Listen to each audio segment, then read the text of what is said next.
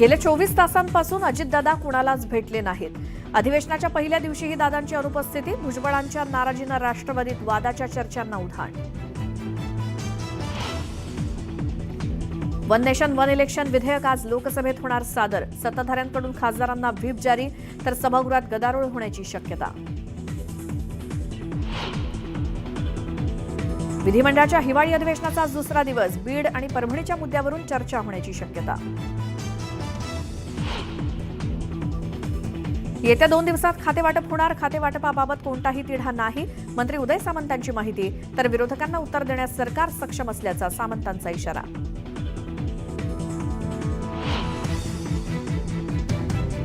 शिवसेना आमदार प्रकाश सुर्वे अधिवेशन अर्धवट सोडून मुंबईत परतले, प्रकाश सुर्वे मंत्रिपद न मिळाल्यामुळे नाराज असल्याची चर्चा।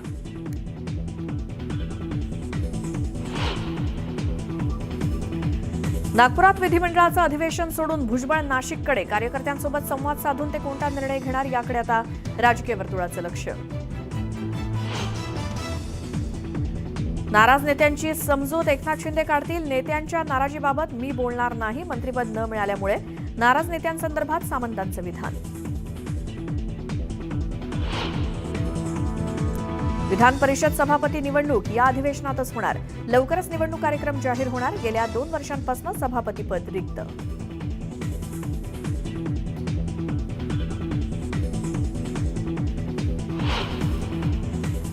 सुरुवातीला एक मोठी बातमी येते, उद्या नाशिकमध्ये छगन भुजबळ यांच्या प्रमुख उपस्थितीत समता परिषदेची बैठक होणार आहे। छगन भुजबळ यांना मंत्रिमंडळात स्थान नाही, हे आमच्यासाठी धक्कादायक आहे।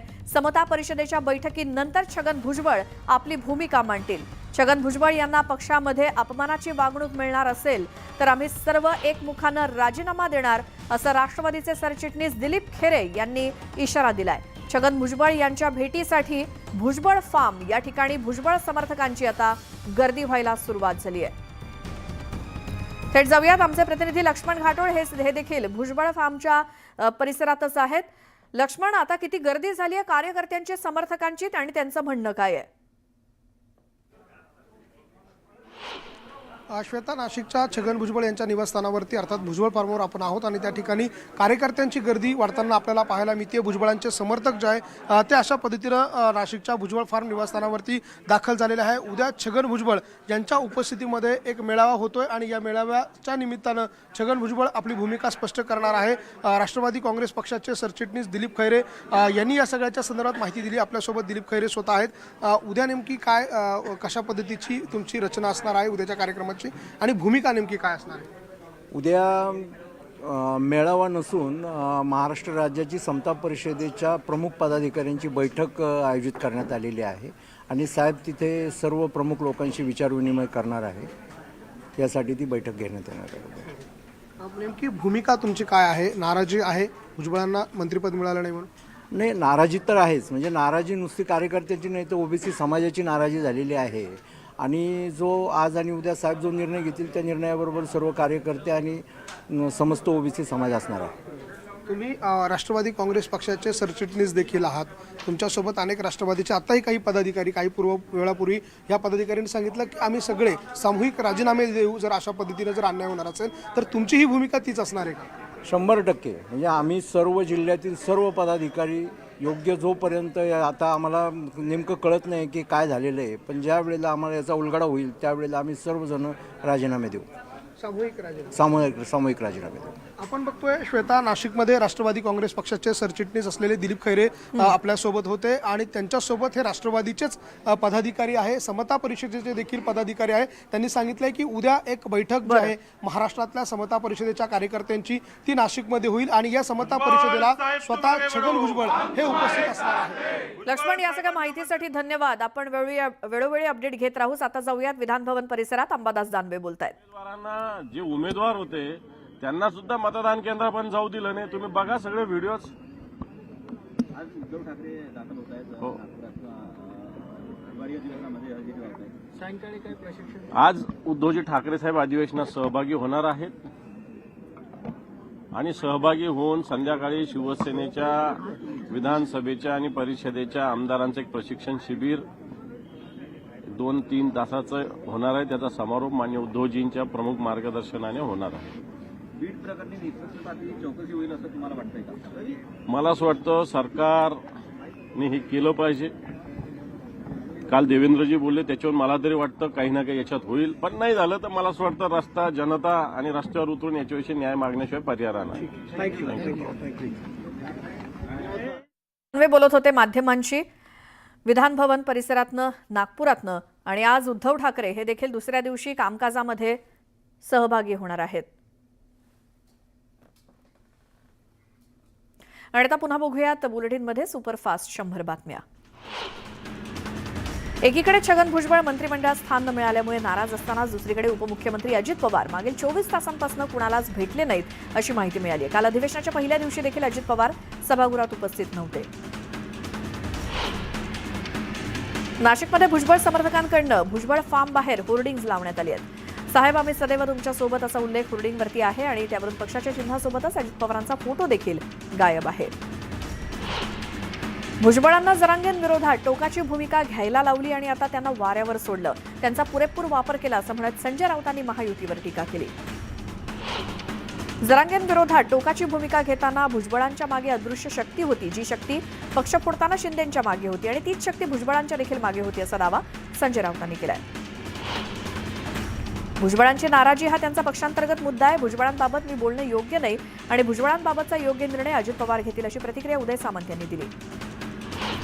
मंत्रिमंडळातून डावललं गेल्यामुळे शिवसेनेचे आमदार प्रकाश सुर्वे नाराज आहेत. सुर्वे मंत्रिपदासाठी इच्छुक होते, मात्र मंत्रिपद न मिळाल्यामुळे सुर्वे नागपुरातील अधिवेशन अर्धवट सोडून मुंबईत परतले. मंत्रिमंडळात स्थान न मिळाल्यामुळे शिवसेनेचे नेते तानाजी सावंत देखील नाराज आहेत. नाराज सावंतांनी आज फेसबुक डीपी आणि कव्हर फोटो बदललाय. शिवसेनेचं नाव आणि चिन्ह देखील हटवलंय. डीपी आणि कव्हर फोटोला फक्त बाळासाहेबांचा फोटो लावून तानाजी सावंतांनी स्वतःचा शिवसैनिक असा उल्लेख केलाय. शिवसेनेच्या प्रमुख पदाधिकाऱ्यांची धाराशिवमध्ये बैठक संपन्न झाली. या बैठकीत 15 सरपंचांनी उपस्थिती लावली. तानाजी सावंतांना मंत्रिपद न मिळाल्यामुळे पदाधिकारी राजीनामा देण्यावरती ठाम आहेत. रायगड जिल्ह्यात पुन्हा एकदा पालकमंत्रीपदावरून रस्सीखेच सुरू आहे. शिवसेना कार्यकर्त्यांनी भरत गोगावलेंना रायगडचं पालकमंत्री करा अशी मागणी करायला सुरुवात केली आहे. खातेवाटपात कोणताही तिढा नाही. 2 दिवसात खातेवाटप होईल अशी माहिती मंत्री उदय सामंतांनी दिली. विधान परिषद सभापती निवडणूक या अधिवेशनामध्ये होणार आहे. आज विधान परिषद निवडणूक कार्यक्रम जाहीर होणार असून विधान परिषद नेमकी कुणाच्या वाट्याला जाणार हे स्पष्ट होईल. भारतीय जनता पक्षानं आपल्या खासदारांना व्हीप जारी केलाय. एक देश एक निवडणूक अर्थात वन नेशन वन इलेक्शन विधेयक आज दुपारी 12 वाजण्याच्या सुमारास सादर केलं जाण्याची शक्यता आहे. नागपुरात पार पडत असलेल्या हिवाळी अधिवेशनाचा आजचा दुसरा दिवस आहे. आज अधिवेशनात बीड आणि परभणीतील मुद्द्यावरून विरोधक सरकारला घेरण्याची शक्यता आहे.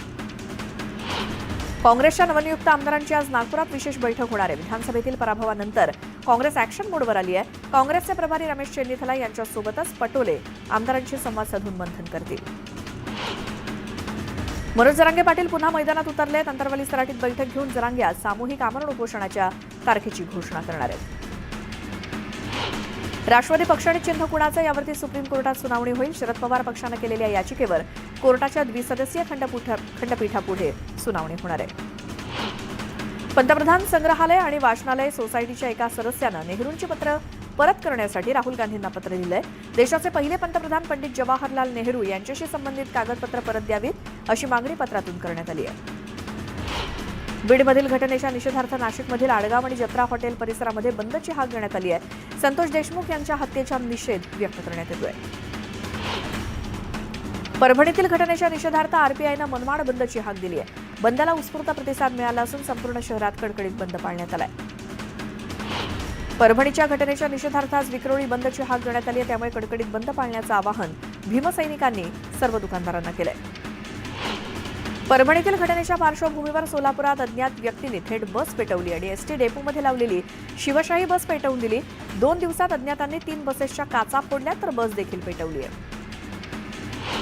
सोमनाथ सूर्यवंशी मृत्यू प्रकरणी कोम्बिंग ऑपरेशन प्रमुख अशोक घोरबाण यांना तात्काळ निलंबित करा आणि त्यांच्यावर मनुष्यवधाचा गुन्हा दाखल करा अशी मागणी सचिन खरात यांनी केली.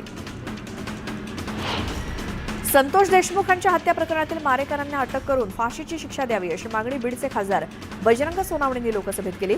बजरंग सोनावणे म्हणाले की बीड जिल्ह्यात कायदा आणि सुव्यवस्था राहिलेली नाही.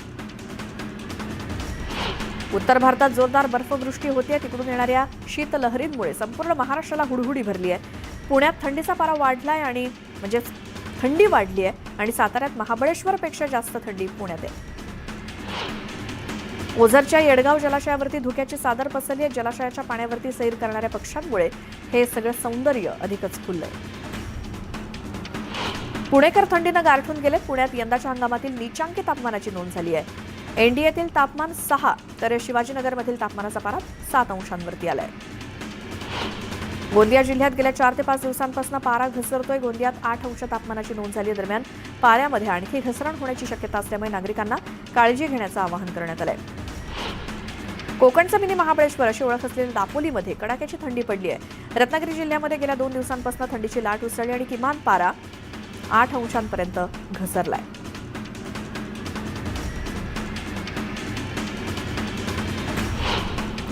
संपूर्ण महाराष्ट्रालाच हुडहुडी भरली आहे. सोमवारी राज्यात सर्वात कमी तापमान अहिल्यानगर इथे 5.5 अंश सेल्सिअस नोंदवलं गेलं आणि थंडीची ही लाट येत्या गुरुवारपर्यंत कायम राहील असा अंदाज हवामान विभागानं वर्तवलाय.